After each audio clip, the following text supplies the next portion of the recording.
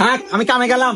কামে যাবে ঠিক আছে, ওই পাড়ার আব্বাস ভাই হে ফুটটির বেনায় কামে যায় রাত আসে হলো 8টার সময়, আর তুমি সকাল 10টার সময় তো ঘুমাবো না, দুর্বেলায় চলে আসো। এবারে কাম হলে আমার সংসার চলবো না, আর নির্বংশে আমাকে তো কোনো দিক দিয়ে সুখ দিয়ে পারলে না।